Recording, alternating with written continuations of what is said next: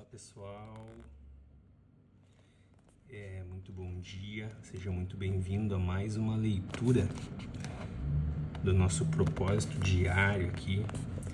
Quero agradecer o pessoal aí que está engajado, envolvido, curtindo, né, se manifestando, estudando, orando, lendo a palavra. Essa é a intenção, né? E no dia 19, chegando já, cultivando a comunidade. Ontem nós lemos então dia 18 e a nossa pergunta para meditar: o que posso fazer para me unir a outro irmão de maneira mais íntima e verdadeira? Nós já temos uma comunhão, né? Nós que praticamos aí a unidade na célula, né? Então nós temos já esse momento aí que a gente, junto com os irmãos, né, congregamos aí um tempo além do culto no domingo, né? Mas não é só isso, né? Essa conexão, acredito eu, que deveria ser mais próxima, né? Uma intimidade maior. Eu penso daqui a pouco a gente estudar, de fazer alguma reunião, né, para estudo bíblico, né? Não só compartilhar a palavra na célula, daqui a pouco a gente tá se reunindo um outro dia para que a gente possa de fato estudar a palavra, né? Teve alguns irmãos que se formaram agora, né, no curso de liderança, né? A gente poder ter essa comunhão, né, voltado para o que a gente pode fazer para estabelecer o reino de Deus, né, mais profundamente, né, mais ativamente. Então é algo que a gente tem a crescer ainda, né, e podemos pensar, né, nisso. Então, dia 19 aqui, cultivando a comunidade, ainda dentro do segundo propósito, né, que você foi formado para fazer parte da família de Deus. Você poderá ter uma comunidade saudável, sólida, bem-sucedida e que Deus aprova somente se trabalhar duro para fortalecer os relacionamentos, tratando todos com dignidade e honra. Está lá em Tiago 3,18. Elas passaram a seguir o ensino dos apóstolos, a vida em comunidade, a refeição comunitária e a prática da oração. Atos 2,42.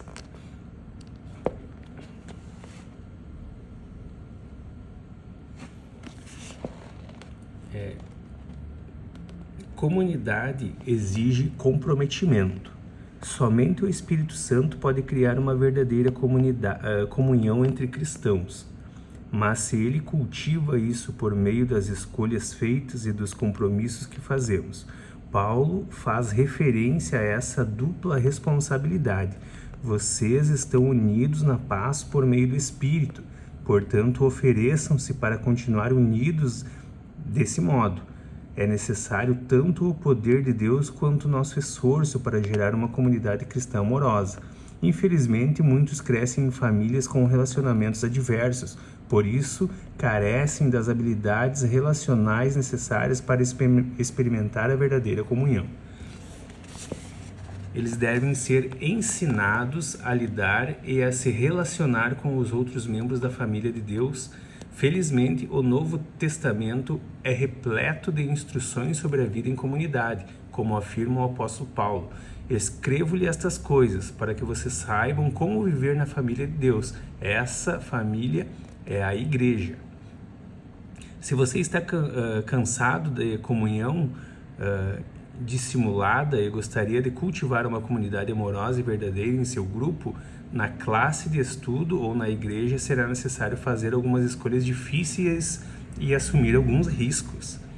A vida em comunidade exige sinceridade.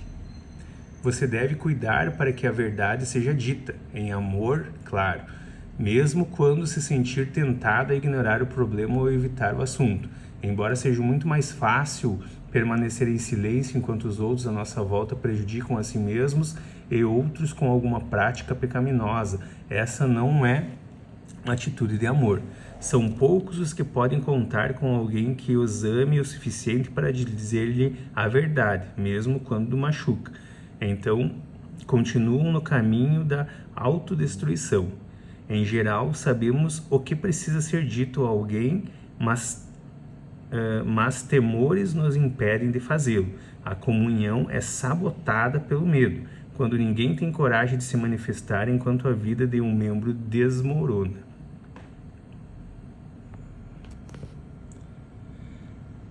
A Bíblia nos manda seguir a verdade em amor. Esse é uma chave, né, gente? Não é só falar a verdade, mas como falar a verdade, né?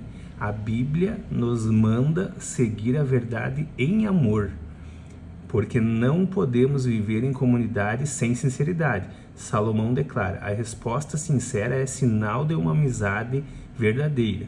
Às vezes significa importar-se o suficiente para repreender aquele que estiver em pecado ou sendo tentado a pecar. Paulo aconselha: irmãos e irmãs, se alguém em seu grupo comete algum erro, vocês que são espirituais deverão procurar essa pessoa e gentilmente ajudá-la a se corrigir.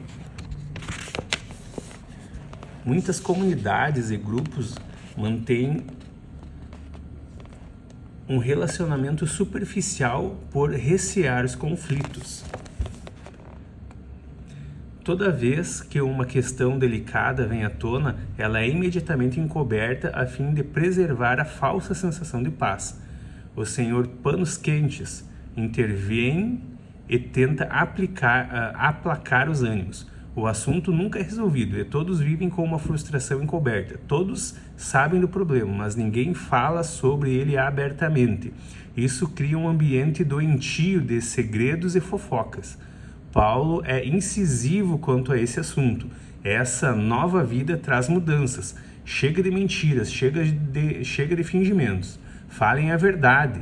No corpo de Cristo estamos, antes de tudo, conectados uns com os outros. Se você mente para alguém, está mentindo para você mesmo.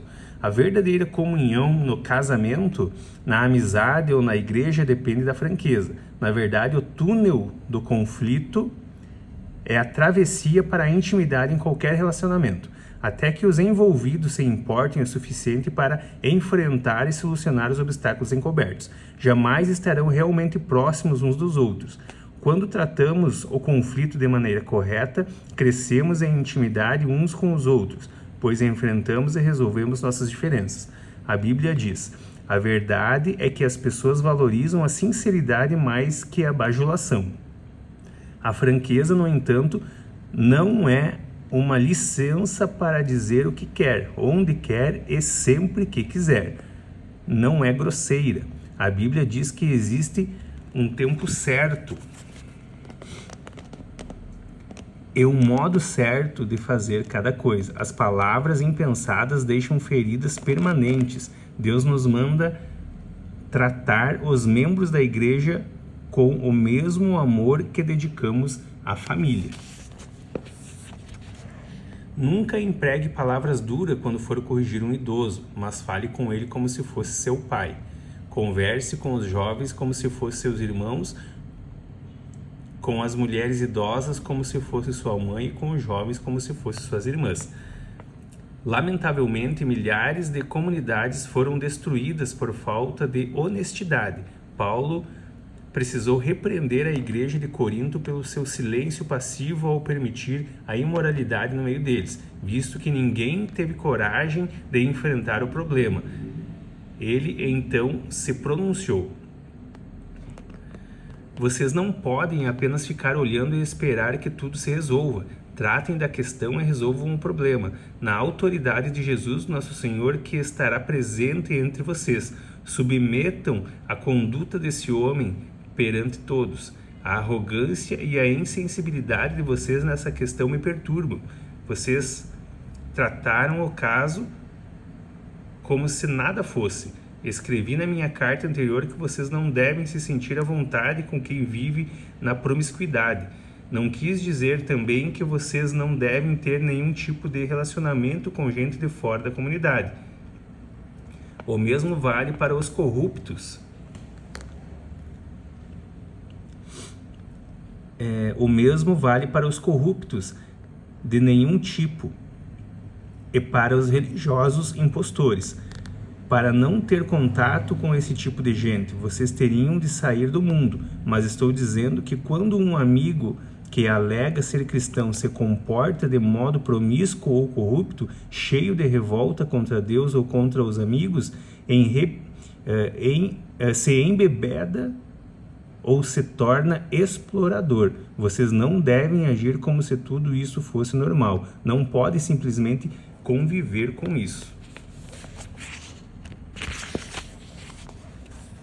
Ainda continua Paulo, como se fosse um comportamento aceitável.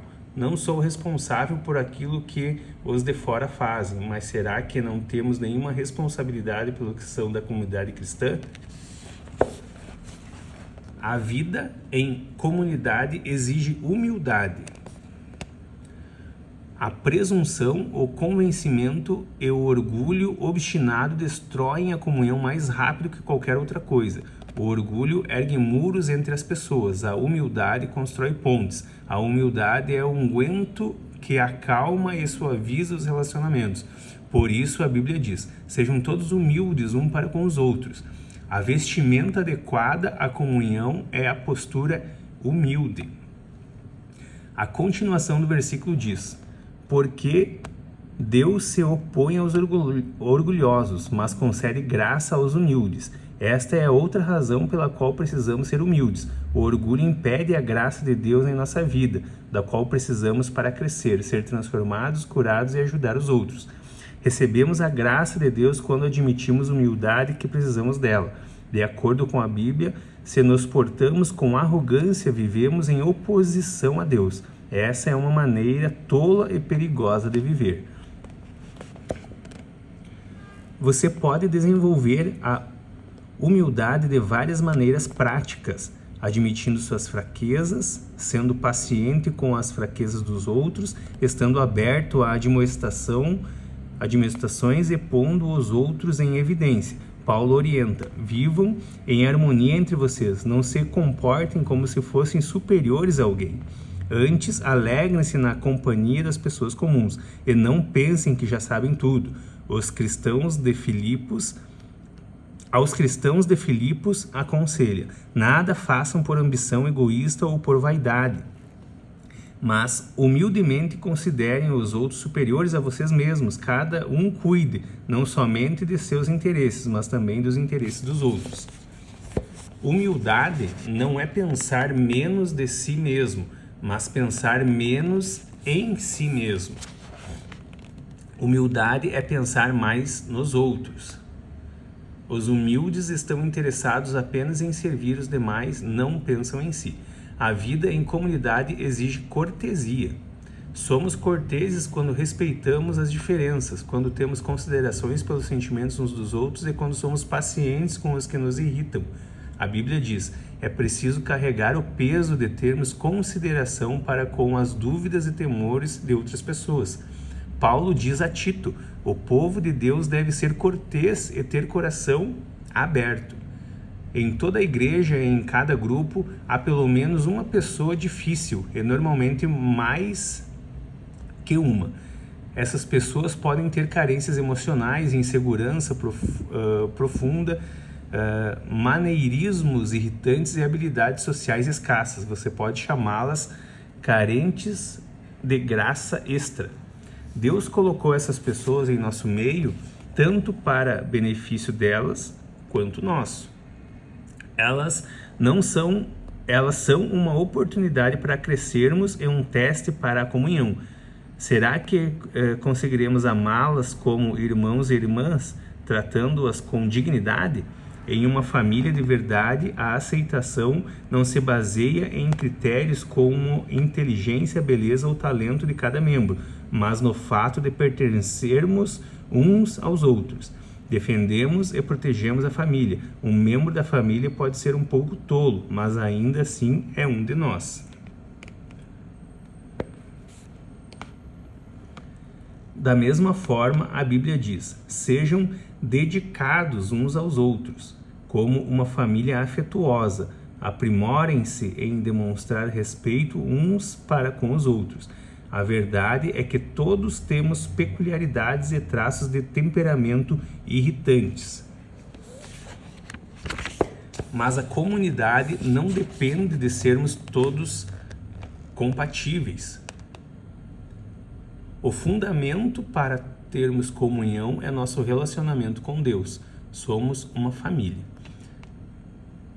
Um elemento essencial para a cortesia é conhecer a origem das pessoas. Descubra o histórico delas. Quando você souber as experiências pelas quais já passaram, certamente será mais compreensível. Em vez de pensar na distância que ainda precisa percorrer, pense no trajeto que já percorreram, apesar da dor que carregam. Outro procedimento que faz parte da cortesia é não subestimar as dúvidas dos outros. O fato de você não temer alguma coisa não torna esse sentimento inválido. A verdadeira comunidade é construída quando as pessoas sabem que é seguro compartilhar medos e dúvidas sem serem julgadas. A vida em comunidade exige sigilo.